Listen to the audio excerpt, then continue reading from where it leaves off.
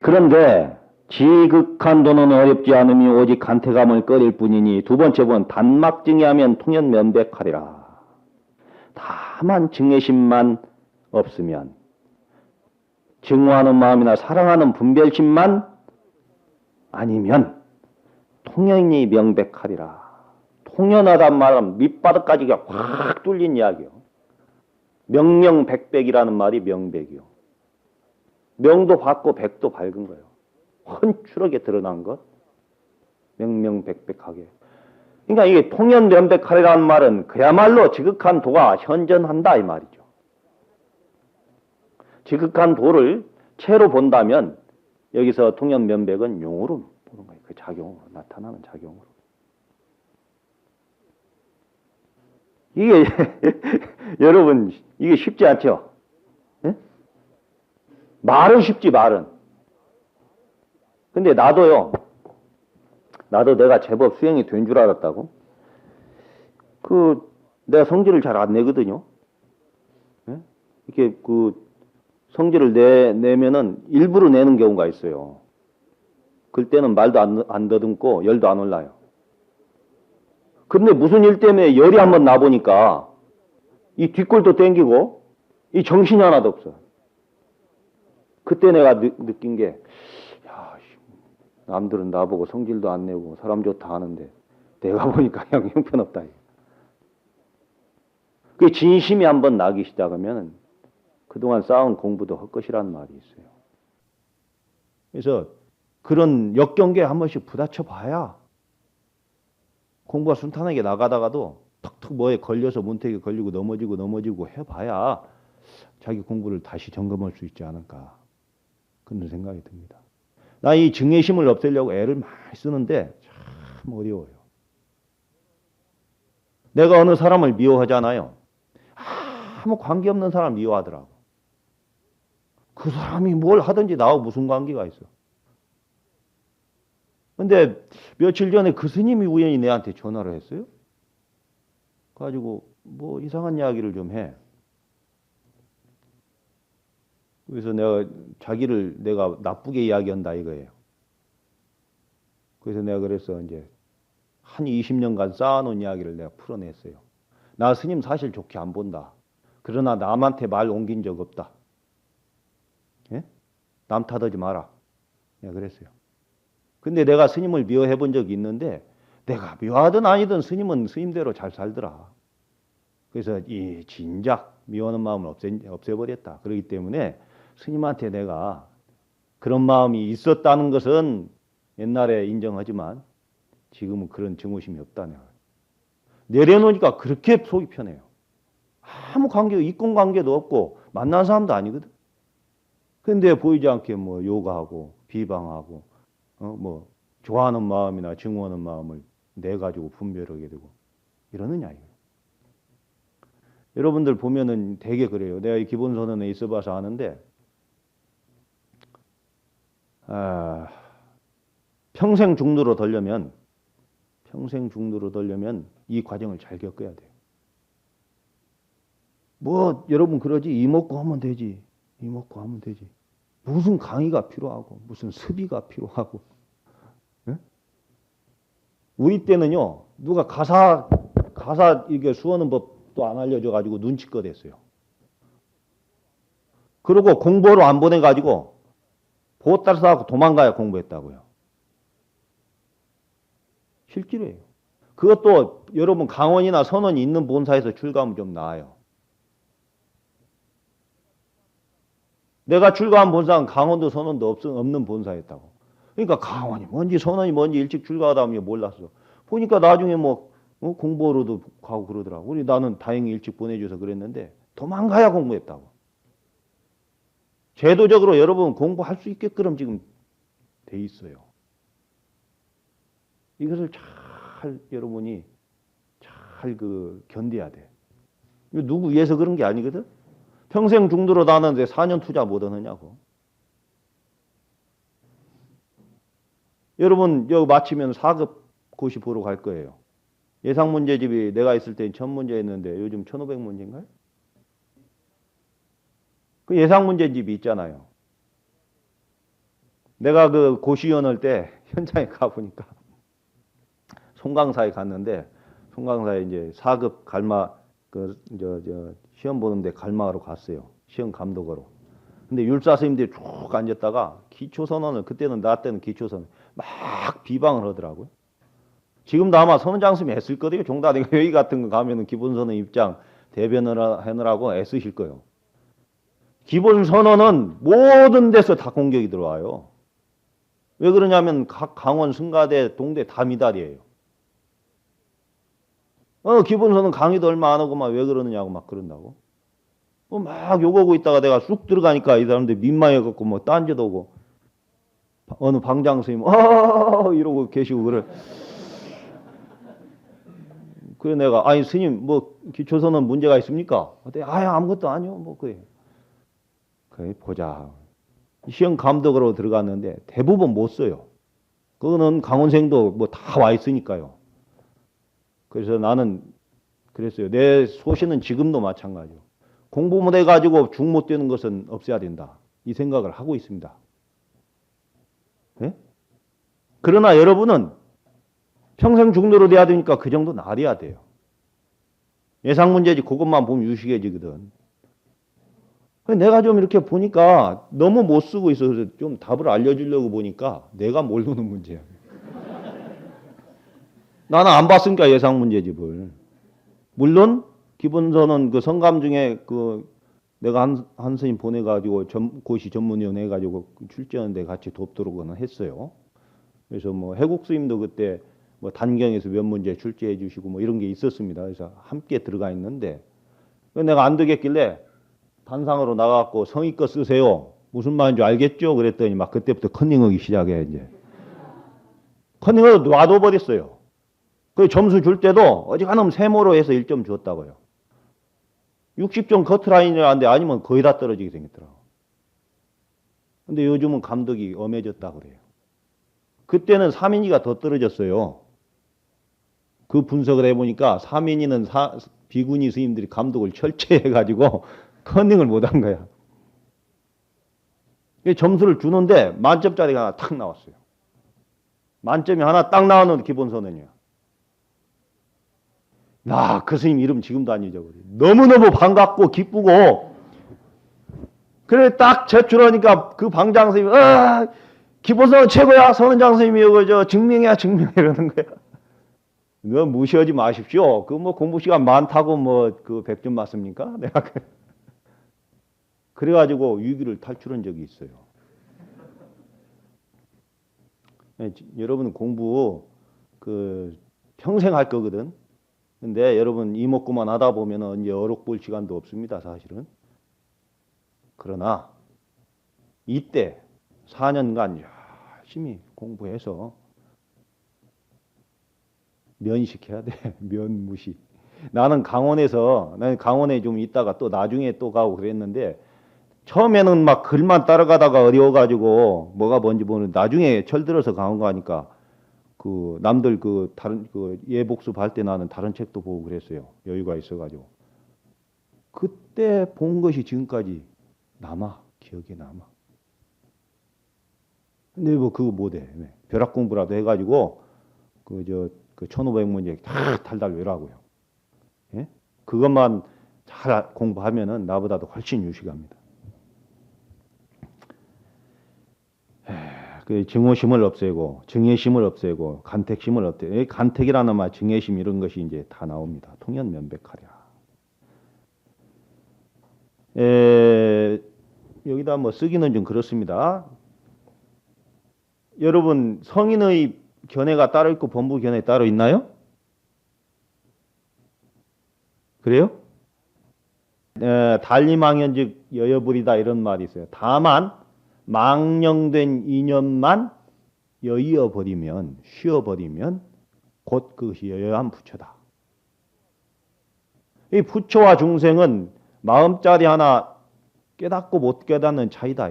심급불 중생 시산무차별 화엄경에 나오는 이야기지. 결국은 같다 이거예요. 그래서 부처든 깨달은 중생이고 중생은 깨닫지 못한 부처다. 이런 표현도 있습니다. 그것은 하나다. 그것은 증애심을 없애는 것이고 간택심만 없애버리면 된다. 분별심만 없애버리면 된다. 이런 의미입니다. 호리유차면 천지형격이다. 호리유차면 트럭만큼의 차이만 있더라도 하늘과 땅 사이처럼 벌어지리라. 여기 보면 기차 내일 있지, 기차 내일.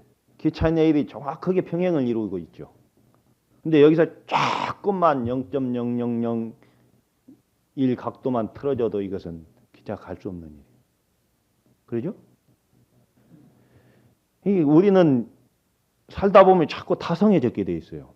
아, 이 정도야. 이 정도야. 자꾸 이 정도야. 나는 내가요, 강원에 있을 때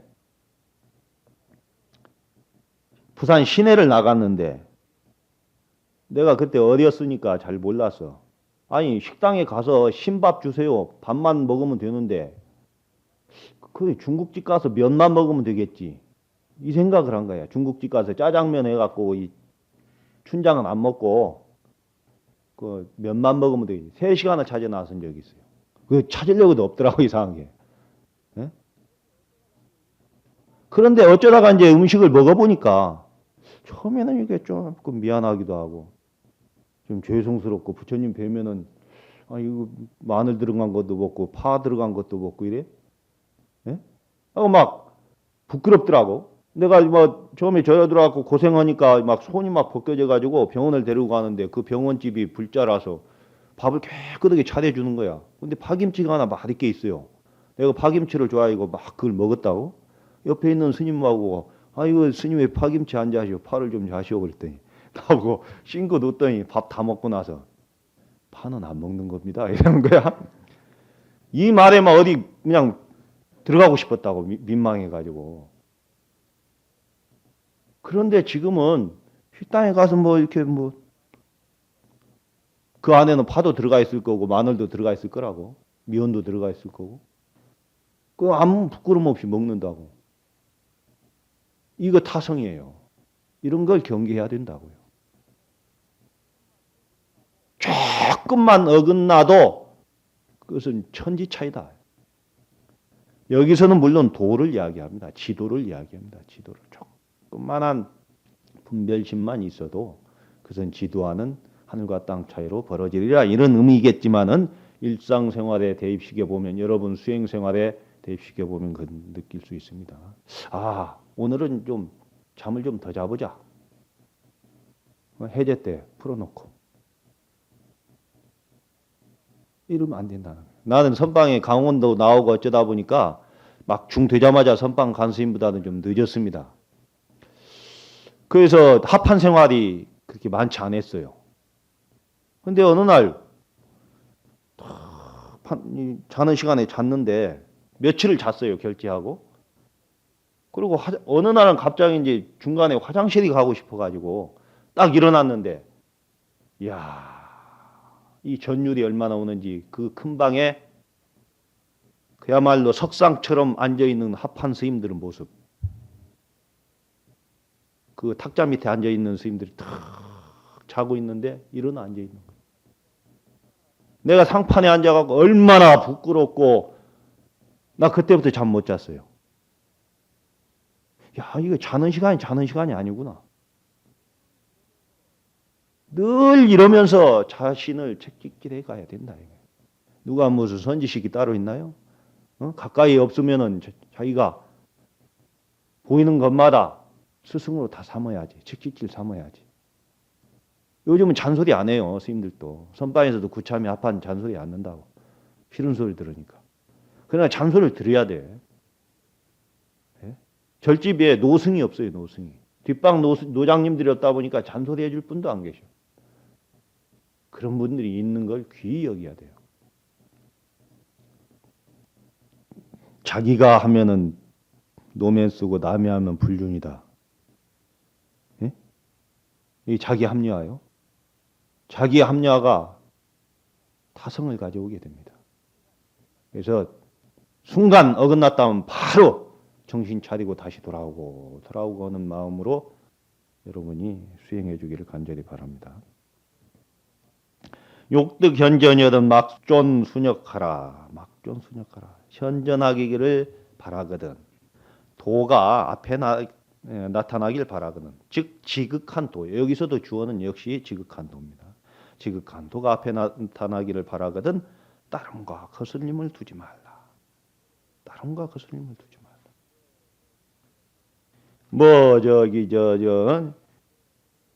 더 경계할 건 어떻게 보면은 이 순경계입니다. 역경계는 순간순간 알아차리잖아요.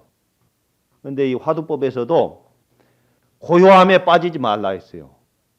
고요한 가운데 성석해야 되는데, 적적성성해야 돼, 성성적적해야 되는데, 고요함에 빠져버리면은 저 어두운 산에, 흑산에 앉아있는 귀신과 같다 그래서 굴 속에 앉아있는 귀신. 그것이 잘못된 줄 모르는 거야. 그것이 공부인 양 착각하는 거야. 고요함이 공부가 아니에요. 응? 고요하다는 것은 언제든지 물결이 일어날 수 있는 거예요. 물결이 잔잔함, 이것은 바람 불면 물결은 이것은 또 파도가 일어나게 돼 있어요. 고요한 가운데에서도 성성해야 되는데 또 고요한 가운데 성성하다고 공부는 아니라요. 그것이 터져버려야지. 그런데 성성하지도 못하면서 고요한 가운데 빠져버리면은 이것은 이제 어떻게 보면 순경계에 들어간 거예요. 순경계를 더 조심해야 된다. 예? 잘 나아갈 때 조심해야 된다. 그것이 공부인양 착각하면 언제 어느 하세월에 정신 차리나 이 말이요. 그런데 대개 이제 공자도 그랬죠. 나이가 60에 이순이라고 했어요. 귀가 순해진다. 듣는 말이 어떤 말을 들어도 감정 변화가 없다 이 말이요. 이런 거 이순이라 합니다. 근데 부처님도 그런 부처님 당시 때 어느 바라분이 와가지고 부처님한테 이야기를 하다가 욕을 막 합니다. 부처님한테 욕을 하니까 부처님이 표정도 안 변하고 그래 웃고 있거든. 여러분 화내면서 웃는 사람 봤나요? 욕하면서 웃는 사람 봤어요? 이제 부처님은 아니 그런 건 아닌데 내가 아는 스님 지금 돌아가셨어요. 그 스님은요 욕하면서 웃어요. 화내면서 웃어요. 사람이 기겁해요. 근데 그 스님 또 순진해가지고 나하고 서울 시내 옛날에 다녔는데 아니 시내버스를 탔는데 내가 돈을 다 내고 다녔거든? 근데 이제 잔돈이 없는 거야. 그래가지고 아니 스님 내리려고 하다가 이제 스님 잔돈 있어요? 아 있대. 그래서 내가 먼저 내렸지. 그때 자기도 그냥 따라 내려. 그때 차장이 있을 때요. 차장이 그냥 보고 말더라고요. 웃고. 근데 내가 왜 돈 안 줘요? 그러니까 무슨 중이 돈 줘요? 그 내가 지금까지 다 내고 다녔는데 잔돈 좀 내지 그러니까 나 자기는 차비 내본 적이 없다는 거야. 신기하긴 해요. 근데 그분이 월남전도 갔다 온 분인데 욕을 하면서 웃어요. 참 무섭더라고요. 근데 여기서 지금 내가 말하는 건 그건 아니고 부처님한테 바라보니 막 욕을 하는데 부처님 정말로 이 평상심을 잃지 않고 빙그레 웃고 있으니까 요거다 지쳐가지고 반응이 있어야지. 그러니까 에라이 하고 나가버렸다고. 무슨 귀머거리하고 내가 이야기 안 하고 나가버렸어. 그러니까 아란존자가 모시고 있다가 부처님이시여. 왜 성스러운 부처님한테 저렇게 바라보니 외도가 욕을 하는데 스님 가만히 계십니까? 웃고 계십니까? 그러니까 알아나. 너는 손님을 위해서 밥상 차렸을 때 손님이 안 먹으면 어떻게 하냐? 제가 먹죠. 욕을 저 사람이 실컷 했는데 내가 안 먹었다. 누가 먹었느냐? 이런 거예요. 우리는 되게 뭐 칭찬하는 말은 즐겨 듣고 자기를 비방하는 말은 막 이거 화를 내고 이러는데 그런 역순 이런 마음을 떠나라. 두지 말라. 마음속에 두지 말라. 그래야 지극한 도가 바로 앞에 나타난다. 그러니까 지극한 도가 여러분 나타나기를 바라면서 그러지 못하니까 안 나타나는 것이지. 어떻게 보면 간단해. 이 신신명만 같으면 정말 쉬운 일이. 근데 쉬운 게 아니란 말이에요.